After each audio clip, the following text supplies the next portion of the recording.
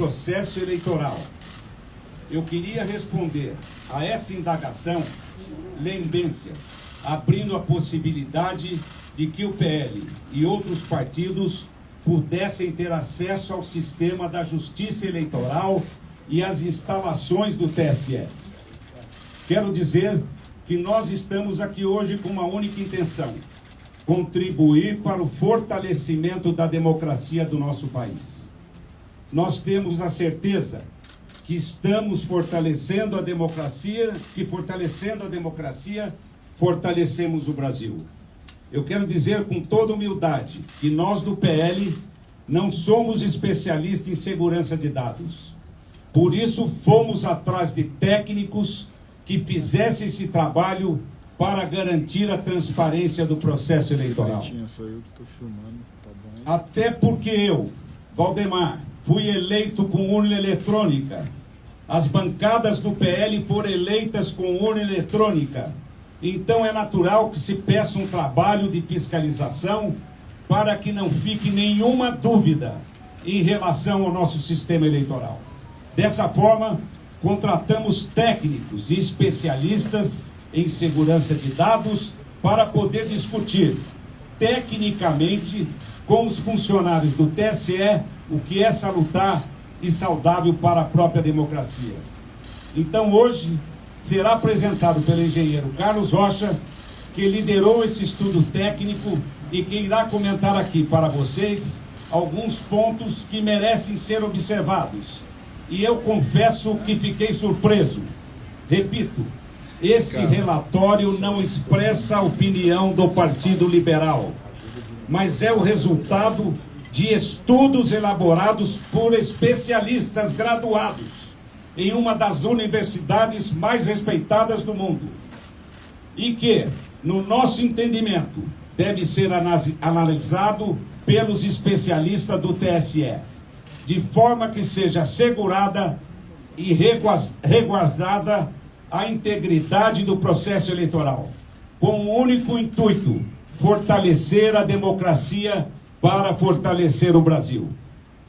Com a palavra, o engenheiro Carlos Rocha. Boa tarde a todos. Muito obrigado aqui pela oportunidade de falar com vocês. Em primeiro lugar, eu gostaria de destacar que esse ano nós tivemos um avanço muito grande, liderado pelo TSE, na transparência eleitoral. E é um processo de avanço. Foi criada a Comissão de Transparência Eleitoral, o Observatório de Transparência Eleitoral, e no dia 1º de agosto nós tivemos lá na primeira reunião do encontro das entidades fiscalizadoras.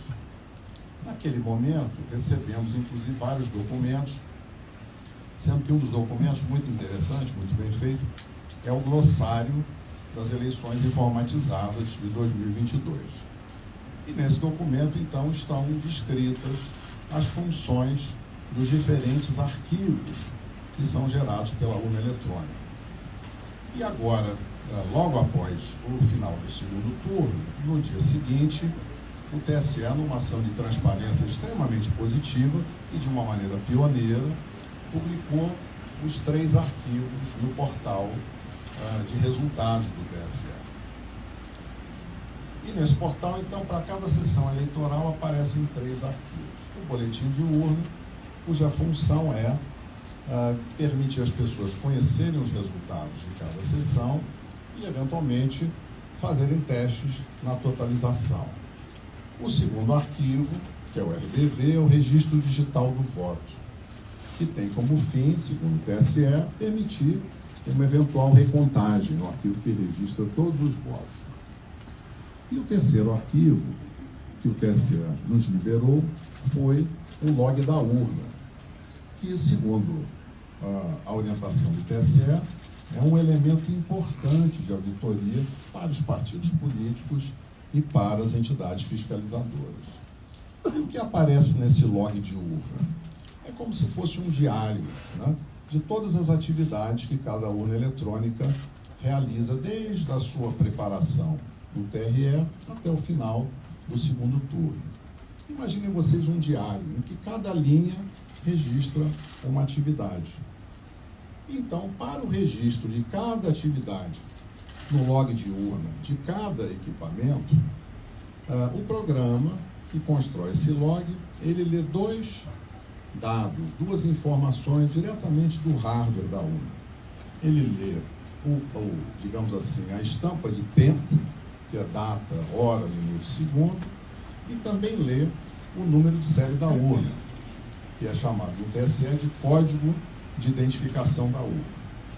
E é muito importante que essas informações estejam todas corretas, porque são essas informações que garantem a associação daquela atividade, daquele registro de atividade com o hardware, com aquele equipamento físico que realizou aquela atividade.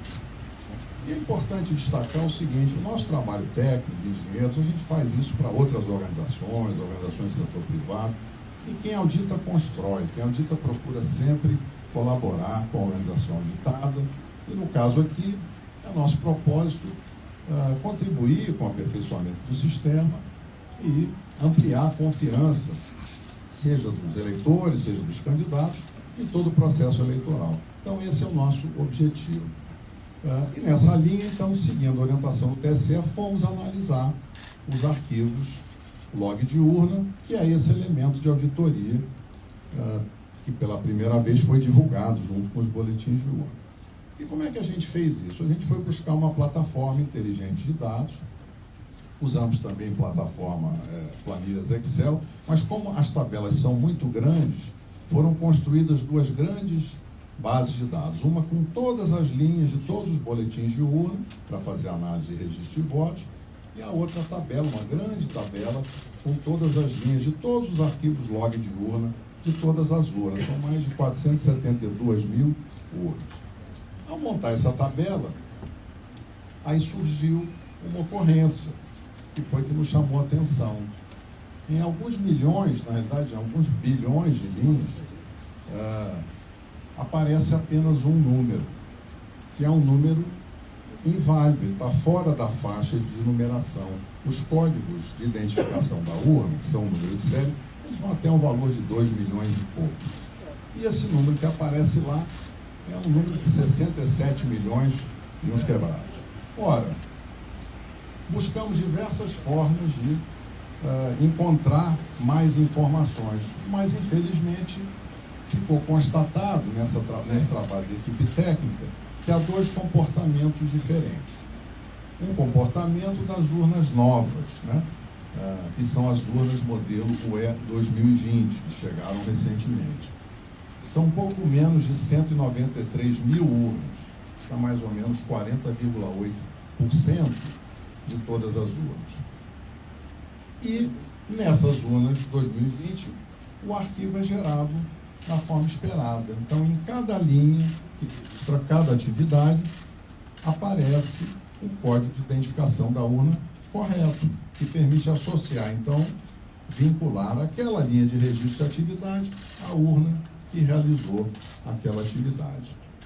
Quando nós fomos analisar as urnas antigas, que são as urnas de modelos de UE 2009 até UE 2015, essas urnas têm pouco mais de 270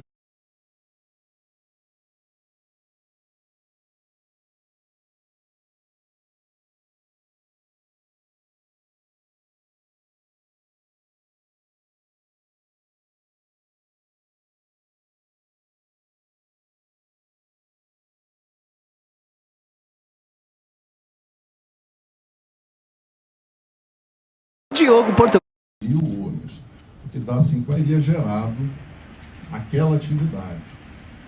Isso, evidentemente, se tornou um problema, porque é muito desagradável ter esse indício de mau funcionamento, porque gera incerteza agora nos dados que são gerados por essas urnas. Por isso aqui, nós gostaríamos de interagir construtivamente com o TSE e avaliar com eles. Existe lá uma previsão na resolução que abre a fiscalização, que é para se fazer, exatamente quando ocorre um evento extraordinário, se fazer uma verificação extraordinária após o pleito, e é isso que a gente espera fazer na sequência dessa descoberta. Um outro tema para finalizar é que surgiu uma outra ocorrência, que também é uma ocorrência importante, porque descobriu-se que existem urnas que travaram, assim como o nosso celular trava, assim como o computador trava, e quando acontece isso, a gente precisa muitas vezes desligar e ligar de novo. Isso aconteceu com urnas eletrônicas. Então, urnas travaram e foram desligadas no meio do período da votação, na chave, possivelmente o mesário fez esse desligamento, e foram religadas para que a urna voltasse a funcionar. Isso não seria um problema se não tivesse ocorrido uma violação do sigilo do ato de votar.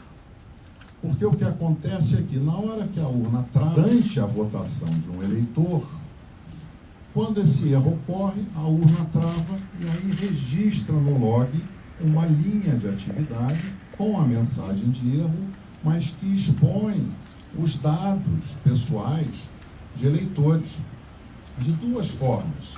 Seja no nome completo do eleitor, em algumas ocasiões, em torno de 200 ocorrências, seja expondo o número do título de eleitor daquele eleitor que estava votando no momento em que a urna travou.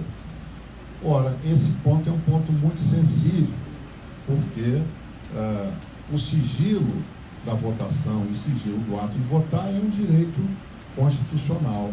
Então, na hora que a gente identifica uma ocorrência que viola o sigilo do ato de votar, esse é um tema que traz muita preocupação.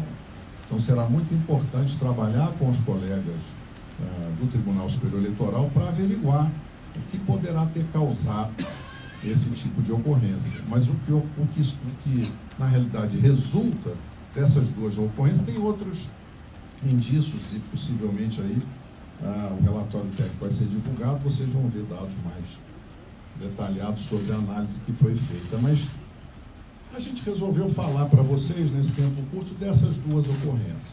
Então, finalizando, uma ocorrência é em cada linha de registro da atividade de funcionamento da urna. Em todas as urnas, modelos antigos, o código é inválido.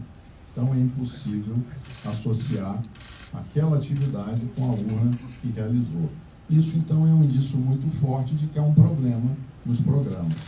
Esse problema pode ter diferentes causas, o relatório entra nesse detalhe. E o outro ponto é essa ocorrência da violação do sigilo do ato de votar.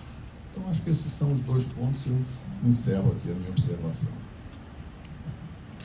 Quero cumprimentar aqui nosso líder no Senado, o Portinho. Quero cumprimentar também o Otineu, nosso líder na Câmara. Quero cumprimentar o Magno Malta. Nossos deputados estão aqui, vários deputados que vieram aqui, Gustavo, que veio aqui nos prestigiar, General Girão e muitos deputados, Luiz Lima. Quero agradecer a presença de todos. E quero passar a palavra agora para o advogado Marcelo Bessa. Boa tarde a todos. Eu vou tentar ser bem breve para explicar as razões jurídicas. Estão vendo melhor? Vou tentar ser bem breve para explicar as razões jurídicas que levaram o Partido Liberal a ingressar com esse pedido perante o Tribunal Superior Eleitoral.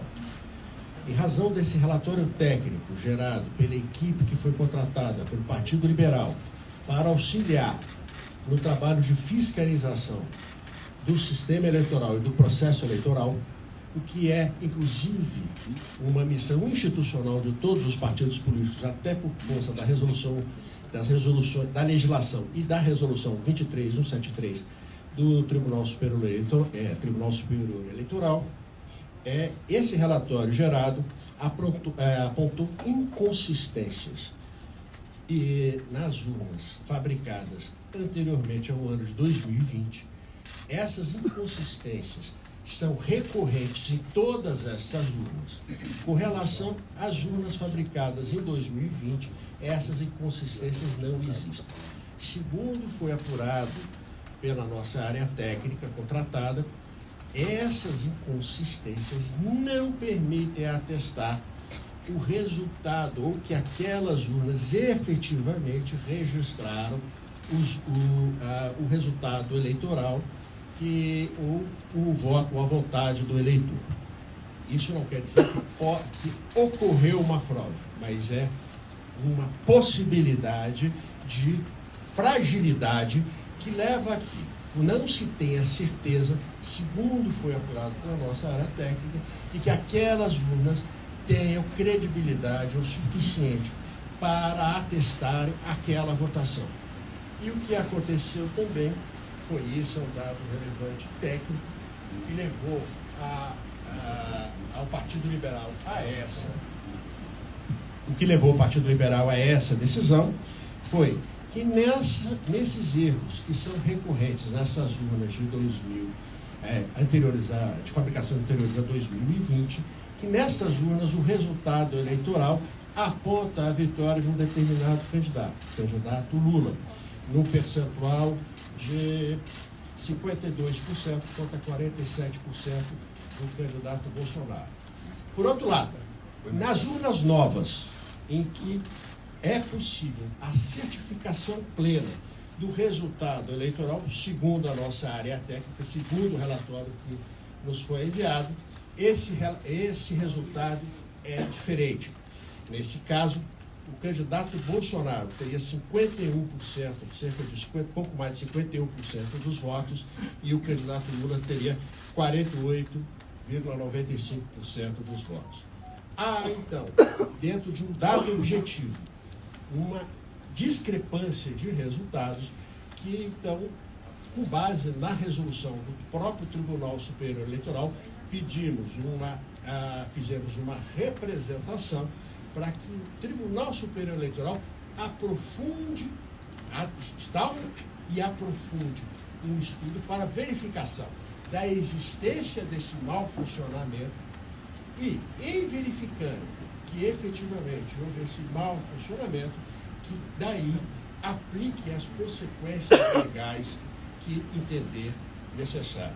Então, o que o Partido Liberal fez foi apontar as inconsistências, segundo o que foi apurado pela nossa área técnica, e essas inconsistências, como elas levam resultados discrepantes, e esta é a função de qualquer partido político no processo de fiscalização, o partido levou a esses fatos ao Tribunal Superior Eleitoral e pediu as providências legais daí decorrentes. Quero agradecer a atenção de todos, e agora o Altineu vai dar entrevista para vocês aí que vocês precisarem. O Altineu Cordeiro, nosso líder na Câmara. Boa tarde a todos. Presidente, por que vocês só estão pedindo o primeiro e o segundo turno? Presidente, por que vocês só estão pedindo? Os senhores vão pedir a anulação da eleição?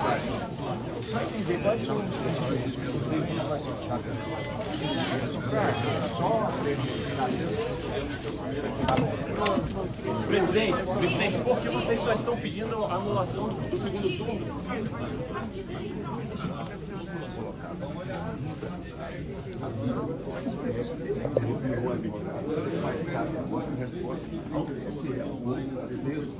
A inconsistência foi tecnicamente Olha, foi tudo apurado, de 2020, tudo levantado, onde o Lula tem um resultado a seu favor, onde está os nossos técnicos, e a partir de 2020, onde nossos não tem técnicos consistência, apuraram todas as duas eleições. Então, temos duas eleições distintas aí. Não são dois turnos, são duas identificadas. eleições. E cabe a eles agora Bolsonaro ganha a eleição ao questionamento por 1 do milhão de partido, votos de e não o diferença. partido. Das que não estão identificadas, que nós não podemos considerar, o Lula ganha a eleição. Então, quer dizer, isso é para o TSE apurar e verificar aonde está